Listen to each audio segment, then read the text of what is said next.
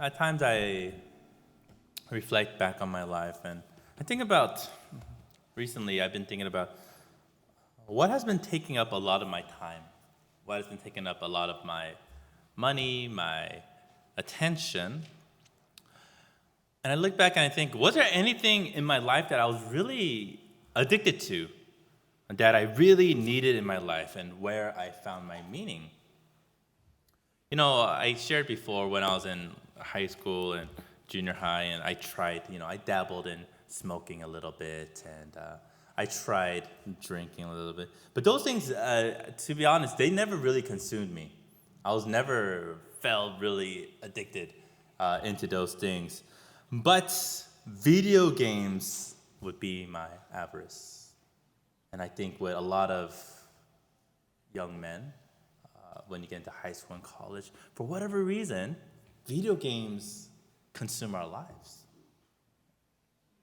The game I was hooked on when I was in college, there's two, Warcraft 3, and after that, the greatest MMORPG of all time, a World of Warcraft.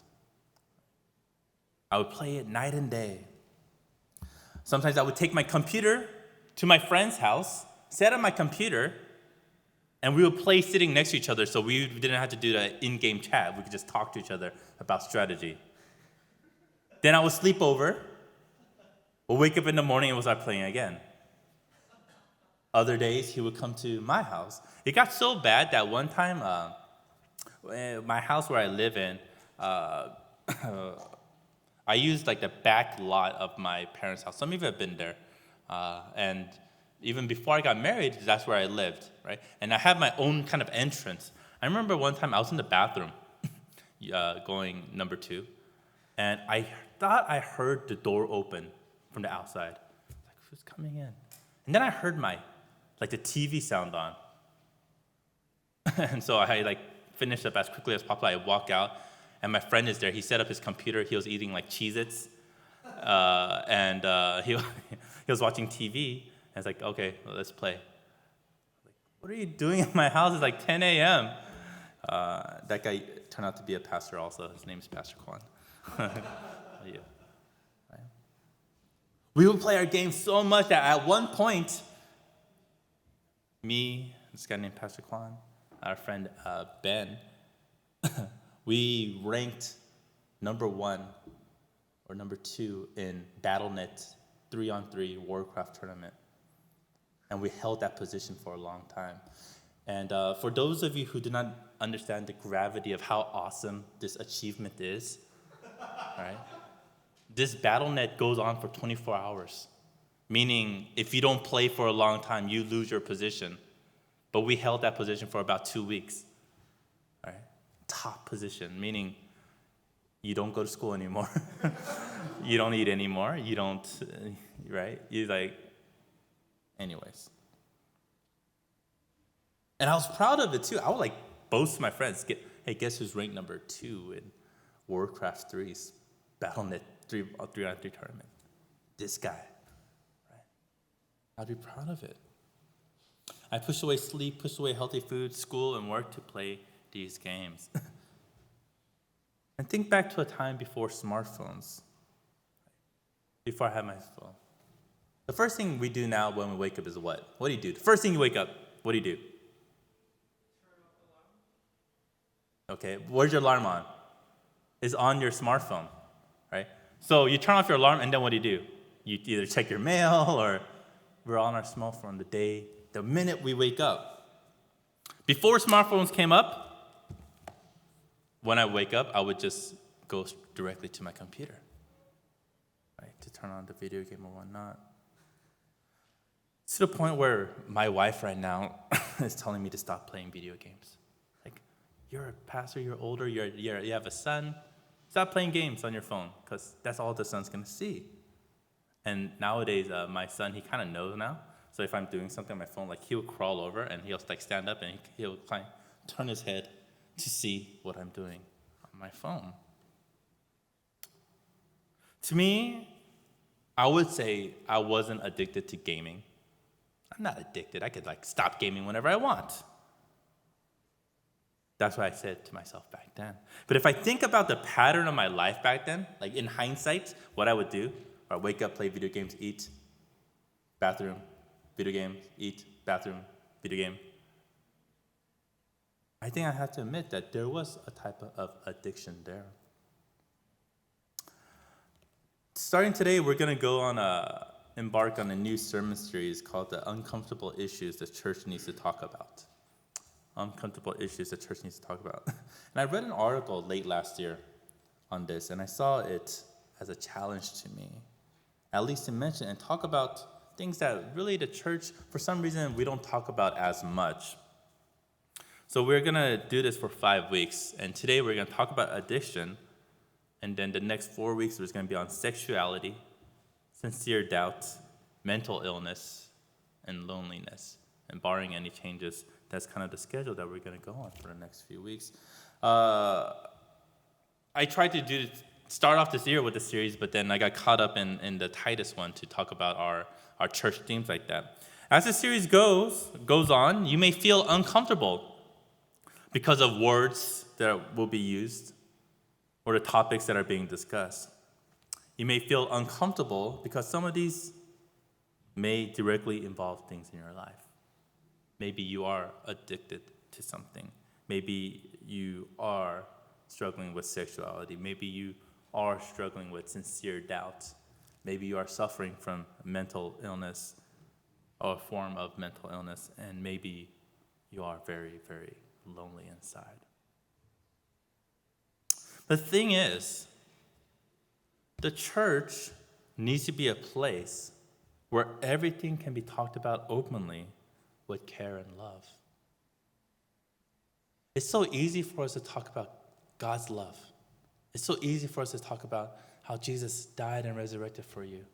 But when it comes to talking about things that happen in the world, social justice, sexuality, loneliness, mental illness, it's kind of like maybe we shouldn't talk about those things.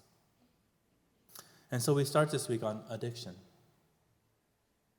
You know, at AA meetings, Alcoholics Anonymous meetings, therapy sessions, it makes sense to talk about addiction.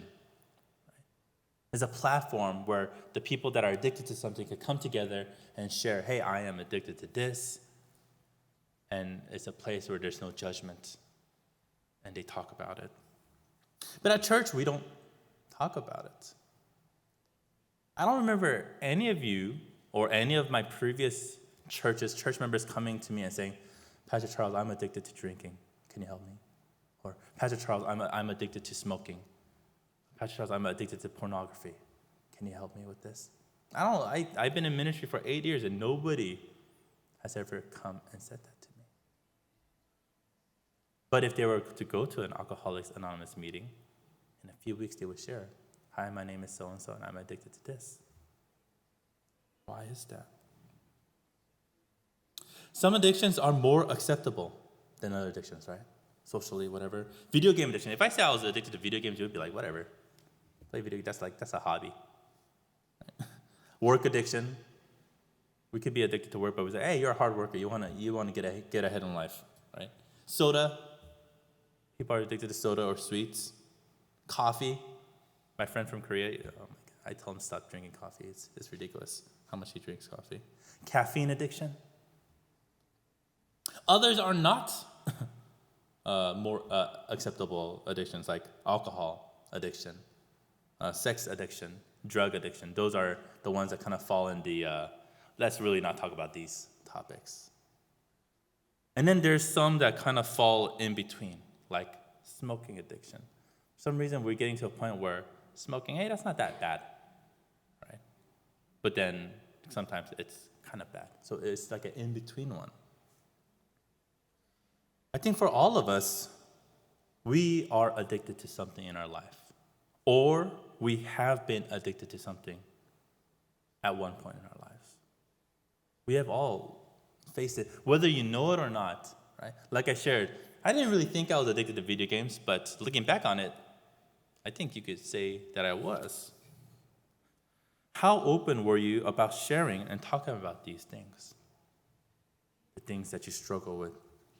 What made it hard for you that made you not want to share about these addictions? The one thing I realized looking at the 5 kind of main issues that I'm going to go over the next 5 weeks, our culture, our Asian culture, as well as our religion makes it hard for us to talk about these things. We live in a shame-based culture, being Korean, Chinese, what have you. Our Asianness makes it say you can't talk about this to the outside world. It's hard for us to acknowledge things and seek the help that we still desperately need.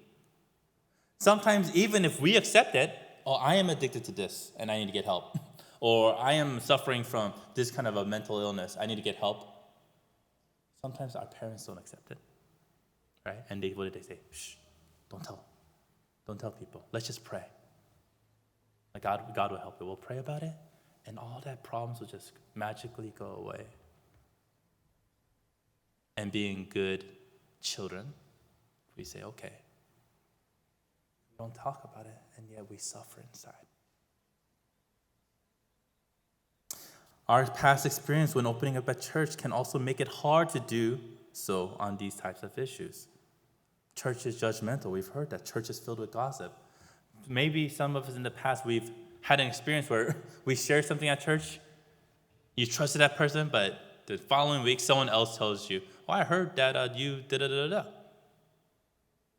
realize, man, I can't talk about it here.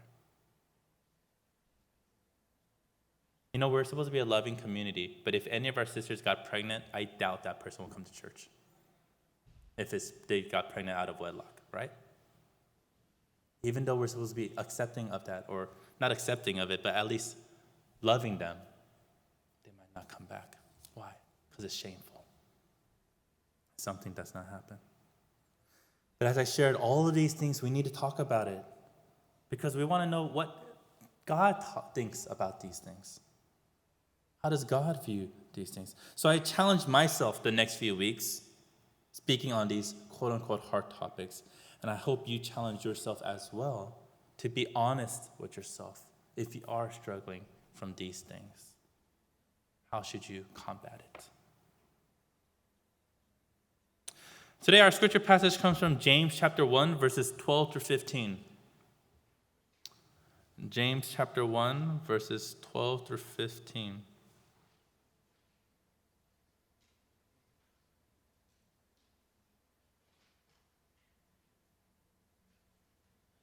This is what it says. Blessed is the man who perseveres under trial, because when he has stood the test, he will receive the crown of life that God has promised to those who love him. When tempted, no one should say, God is tempting me. For God cannot be tempted by evil, nor does he tempt anyone. But each one is tempted when, by his own evil desire, he is dragged away and enticed. Then, after desire has conceived, it gives birth to sin. And sin, when it is full grown, gives birth to death. Amen. Our passage today, if you look at the whole pericope, it's basically James writing about trials and temptations that we go through as Christians. This James is not the disciple James, is actually Jesus' younger half-brother. In the book of James is considered most like Jesus' teachings. Kind of just tries to just tell you like it is.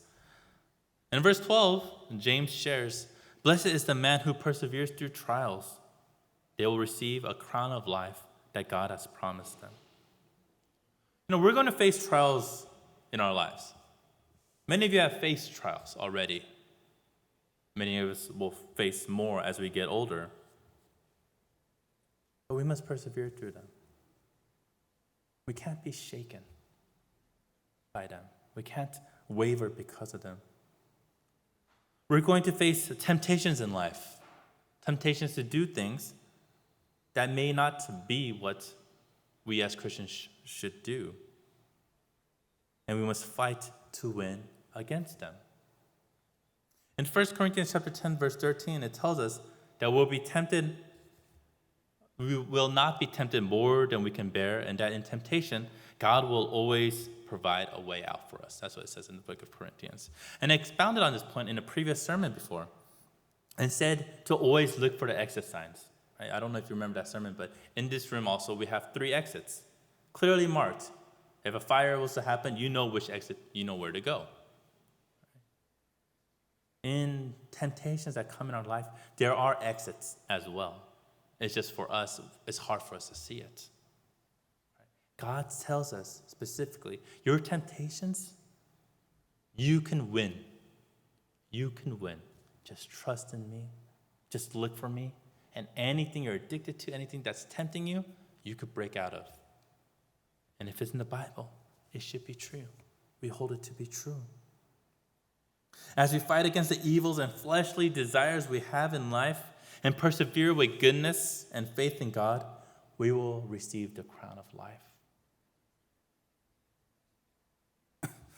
Verse 13, when you are faced with temptation, do not think it is God that is tempting you.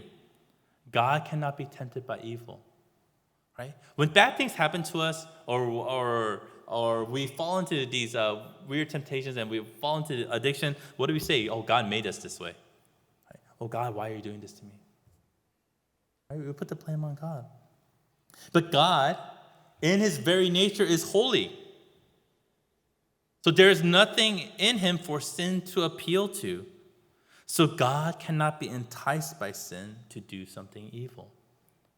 God, in his very essence, is love. And thus God cannot do evil.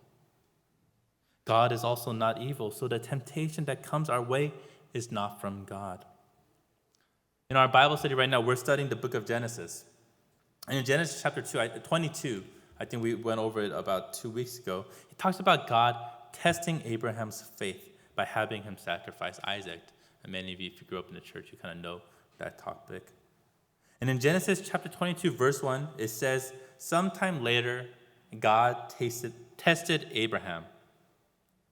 Sometime later, God tested Abraham. That's what it says. And if you look at the wording used, the word used is tested, not tempted. God tested Abraham. God does not tempt us, but Satan tempts us. God does not tempt us. Satan tempts us. In 1 Corinthians chapter 7, verse 5, it says, Satan tempts us. Satan tempts us because of our lack of self-control. We as humans, we can't control life. We can't control ourselves or control our behaviors. Satan knows that. So he's like, I know your weakness. I'm going to push at it so you'll fall over. When we talked about Titus, and gave a sermon in a series in the book of Titus, what do we share? Young men, you got to be like this. Old men, you got to be like this. Young women, what is something that was key to all of them? You have to be self-controlled. You have to know yourself. You need to be able to fight against temptation. Why? Because Satan knows we have a hard time with it. And so he tempts us. What does God do? God does not tempt us. He may test us. Why does he test us?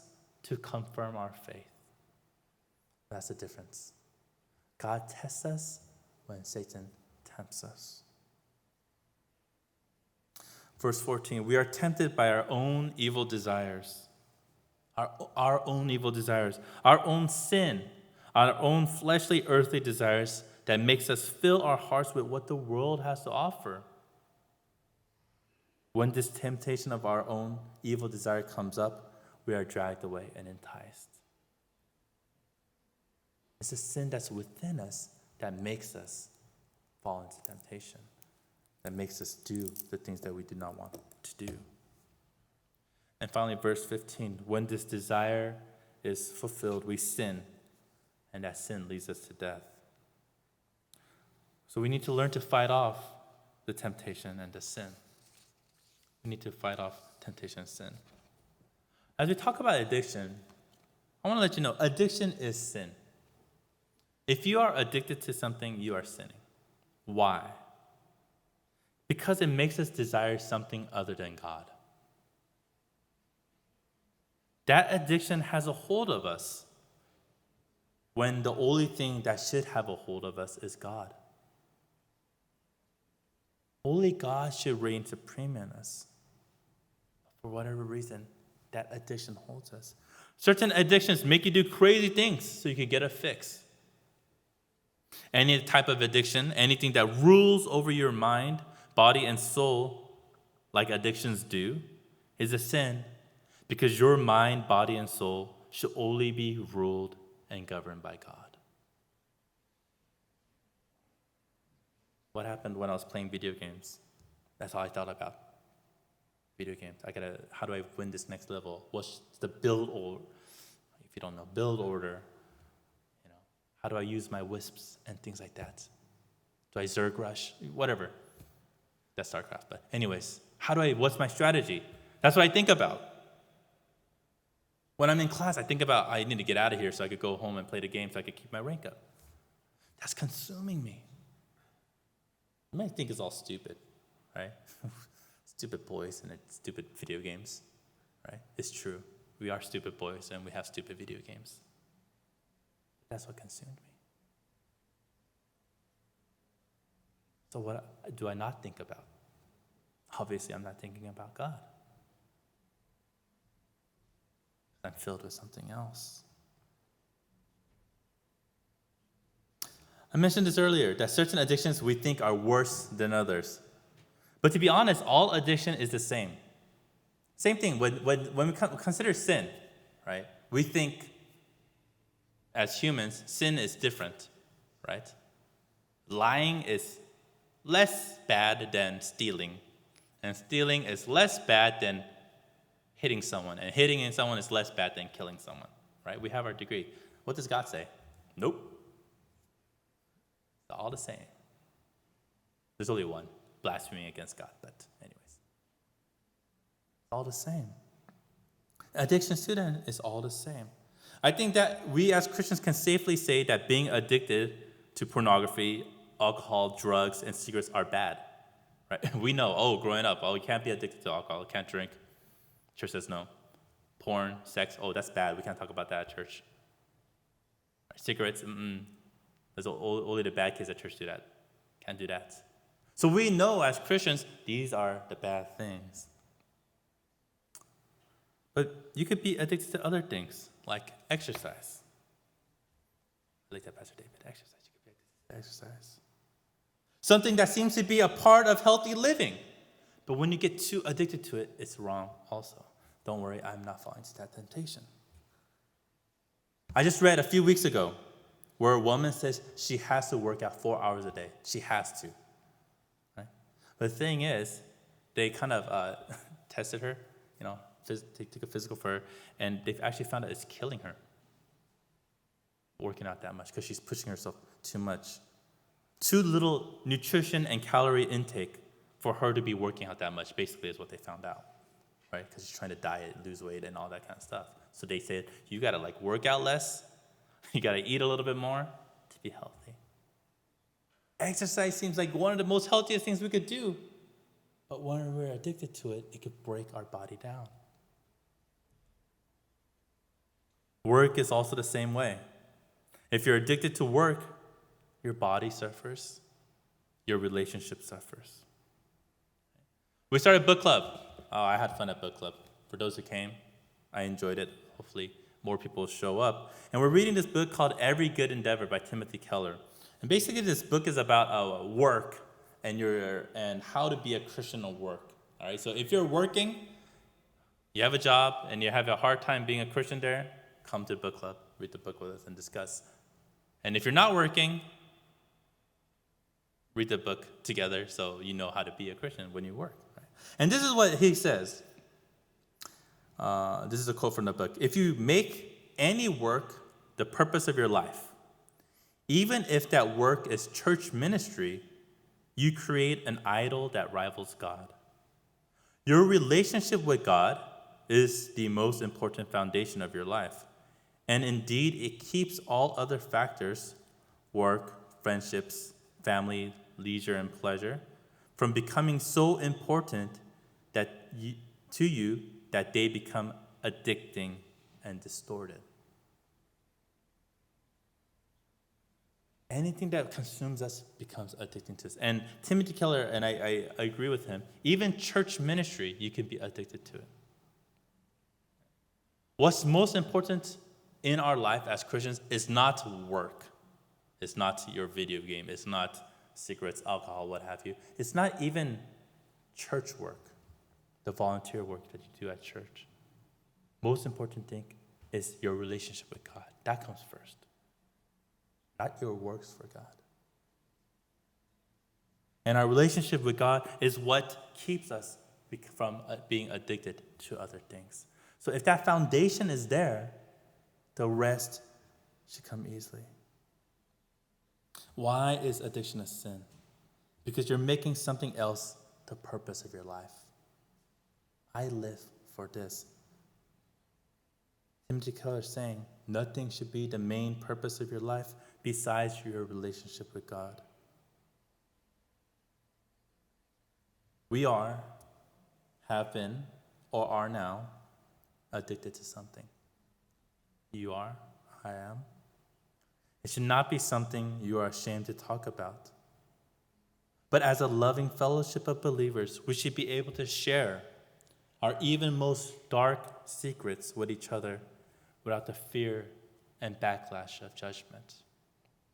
And I hope that's what our ministry becomes. We could share these things, like I shared my dark past of video game addiction with you. We can move on. How do you break away from addiction? Just like in AA, what's step number 1 in AA? You have to admit it. I am addicted to this. You have to admit it to yourself. You have to say it out loud to yourself. And then you hear your own voice saying it, then you realize it's true. Once you admit it, it gets easier to talk about. It becomes real to you, and you realize you need to deal with it. Be economical and realistic. Those of you who are addicted to things, are the things you're addicted to affecting your bank account? All right. If you're addicted to coffee and you gotta go to Starbucks every day, it's about what? $5 a day. Each week you're spending about $35 just to drink coffee. Is it worth it? For those of you who smoke, how much I don't know, you don't have to raise your hands if you smoke or not. Prices are getting up. I know because I know people who smoke and they tell me. Oh, it's like $6 a pack now. Going out and having drinks. Need the newest and best technology. Always upgrade your phone. All of this take money, which may be better served somewhere else for you. Find a support group. Hopefully this church is your support group. Once you open about your addiction, find loving people who will help you overcome it together. In Christendom, you are never alone. Right? In 1 Corinthians chapter 15, verse 33, it says, Do not be deceived. Bad company ruins good morals. Bad company ruins good morals. You have to know and recognize who you are with around you.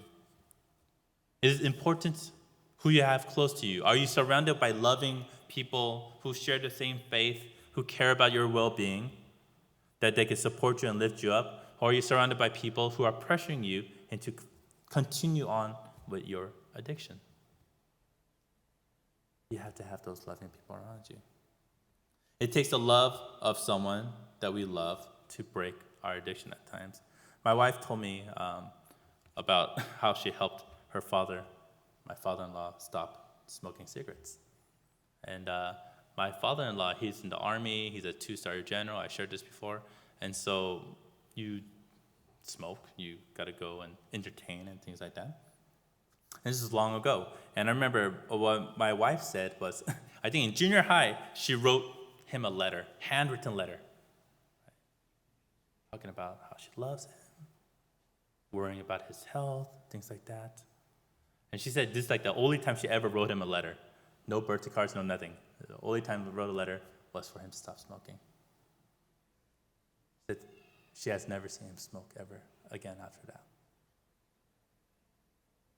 As a parent, if your child asks you, the three of us that are in here, to do something, we'll probably work really hard on trying to stop, right? That's what we do for our love for our child. Even for me, when I had my baby, I thought, man, I should work out more because I need to be healthy to live a long time, to be with my child. I'm failing right now, but I think about it. If any of you guys smoke, drink, whatever, addicted to something that's affecting your body, if someone writes you that loving letter and you love them back, it'll help.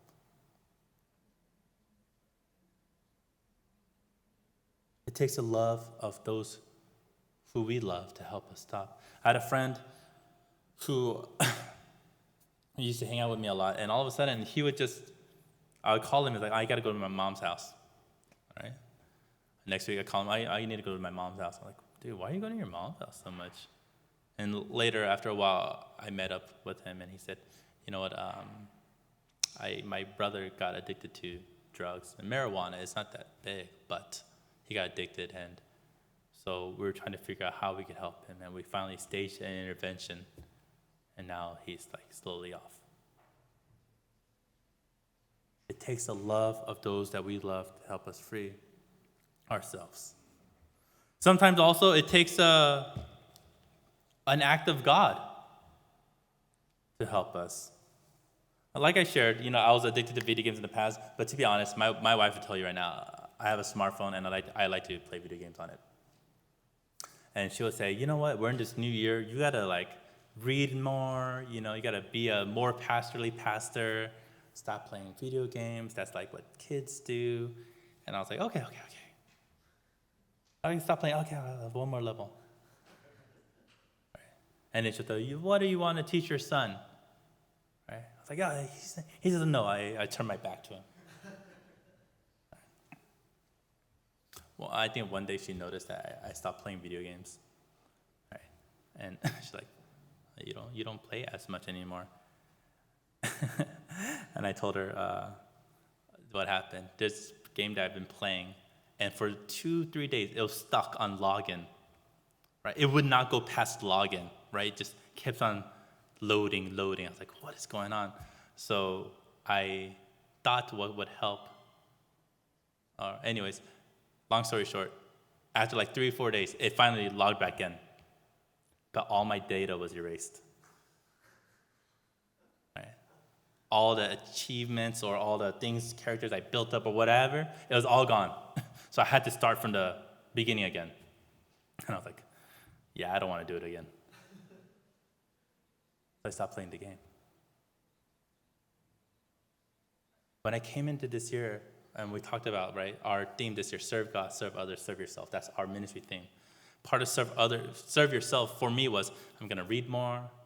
I'm going to, exercise a little bit, One day my wife saw me reading a book. Like, oh, you're finally reading? Like, yeah, my game doesn't work anymore.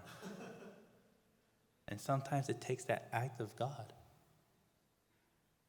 to break us and make us realize and come back. Prayer helps. Pray. Ask God to set you free. In John 8:36, it says, if the Son sets you free, you are free indeed. If the Son sets you free, you are free indeed. Free from sin, free from bondage, and you can be free from your addictions. And when you're free, fill that addiction with something else. I'm reading our book club book, and I'm reading a book by Mitch Albom. I'm having fun reading right now. Maybe when I get addicted to reading, God will bring my data back, and I could go back to the video game or what have you. But I enjoy reading. Right? You got to fill your time, your money, or what have you, take it away from your addiction and put it into something else. And it'll help. Fill it with God. Fill it with God's love. Fill it with God's people. We as a ministry, I think this year we're actually meeting a lot more than we ever met as a ministry together. Right? We're meeting again this Friday for prayer. We're having a night of prayer together. We've never had a night of prayer together. And we're doing it. If Friday nights was your night to go binge drinking and you did not like it, or maybe you do like it, but you know as you get older you probably should stop, see you on Friday night. Come out and pray with us. You need something to distract you from your addiction. Hopefully we can make that your relationship with God. When you are tempted and feel the urge, pray. Ask God for strength, and God will guide you. As I shared, God will always give you a way out, and He will not let you be tempted more than you can bear. Are you addicted to anything? Is there anything that you're addicted to that you can lay down so you can get closer to God? None of your addictions are so horrid that it cannot be shared at church, where people who love you and support you can intercede and pray for you. One thing that will ring true the next 5 weeks as we go over the various uncomfortable issues is that our body of believers need to be loving in every circumstance. We need to be loving. If anyone shares they're struggling with their sexuality, don't judge them. If anyone shares they're suffering from mental illness, don't judge them. If anyone shares they're suffering from some type of addiction that they really don't know if Christianity is the right way, don't judge them. Love them. That's going to be remaining the same the next 5 weeks as we talk about these things. Whatever addiction that you have that is holding you down, lift it up to God. Share. And do not place that burden on you alone, but give it to God and give it to the members of this congregation that we will help you through it. Trust in God's grace. Trust in God's mercy. Trust in God's love. And know that nothing that has wrapped and chained you can hold you so tightly that God cannot break that bond. Through God's love, through God's grace, we persevere and overcome all trials and temptations. And we know that our God can help break the bonds of addiction. Let's pray. As we close, I want you guys to just pray to God, asking God about any addiction that you have.